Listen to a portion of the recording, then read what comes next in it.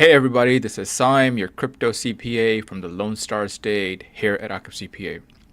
Well, we have an urgent public service announcement for every crypto holder out there.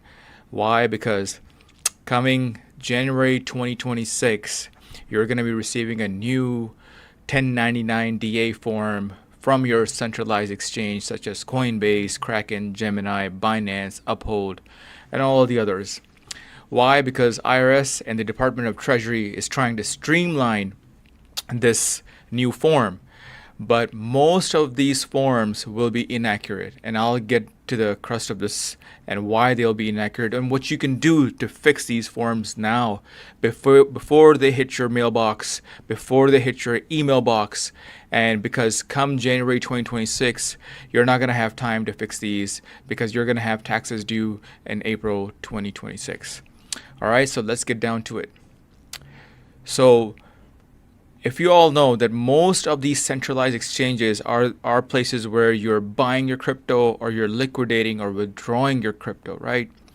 So when I say January 2026, it's going to contain all the exchanges, the withdrawals, the trades that you have done in 2025 in these exchanges, and you're going to get this new form. And then you're going to plug that form into your 1040, or if you're a company, you're going to plug it into your 1120S, 1065, or 1120. So this is how the new 1099 DA form will look like. You'll have a section of where you'll have your name, your social security number. If you're a company, you'll have your EIN number here. You'll have all the information. And on the right side of this form, you'll also see all the digital assets, the cryptocurrencies that you've been trading, selling, and exchanging.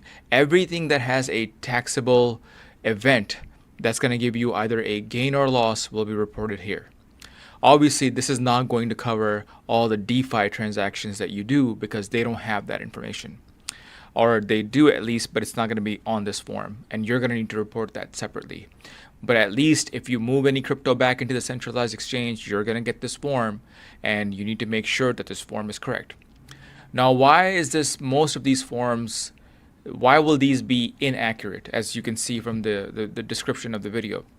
Most of these forms will be inaccurate. Why? Because a lot of you out there have MetaMask wallet, a Kepler wallet, a Trezor wallet, a Ledger, Exodus, Trust, all these DeFi wallets. If you're a company, maybe you've started your own token, you've done an ICO, you have your own projects, you're doing a whole lot of stuff, and none of those transactions are on centralized exchanges unless you transfer that crypto back into that centralized exchange, and then you're going to get those tokens. But the centralized exchanges won't know what your cost basis is when you acquired those tokens, and all that information. So what will happen is you'll get that 1099 form, which is going to be inaccurate. So, and you're on the hook for this, you as an individual and as a company.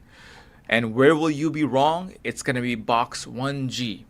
They're not going to have the cost basis.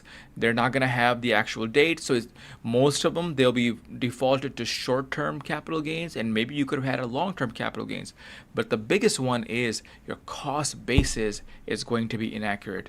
And you need to make sure that you go into these centralized exchanges now at the end of 2025 and go into this tax center or go into the transactions, search and filter through all the transactions that have a zero cost basis, and you know those are the ones that are suspect. And then they'll have a section where you can report all the cryptos that were transferred from your self-custody wallets to the centralized exchanges, and then you went ahead and liquidated them or converted them or whatever you did with them. Because all of those will be captured on the 1099 DA form, but if you don't get that information in now, it's going to be inaccurate. So you need to make sure that information is correct. Otherwise, most likely you're going to overpay your taxes. And you're not going to have enough time, ladies and gentlemen, to get this correct. And it is on the taxpayer, whether you're a company or an individual, to get these forms corrected before you file your tax returns. Otherwise, you're going to have a data mismatch in the IRS's system. And what will that data mismatch do? That can cause a potential letter, a potential examination or audit of some type if you dispute that letter as well. So before we get to all of that, why don't we make sure that all these centralized exchanges that are going to be reporting your 1099 DA form that you will receive in January 2026, for that to be accurate, so then you can enjoy your crypto earnings. You won't have that stress episode. You will be fine with your family, those dinners that you have, and it'll be easy for you. And again, this is Sime, your crypto CPA from the Lone Star State here at Octave CPA. And what do? We make crypto taxes easy, so you spend less time stressing and more time enjoying life. Thank you so much, and have an amazing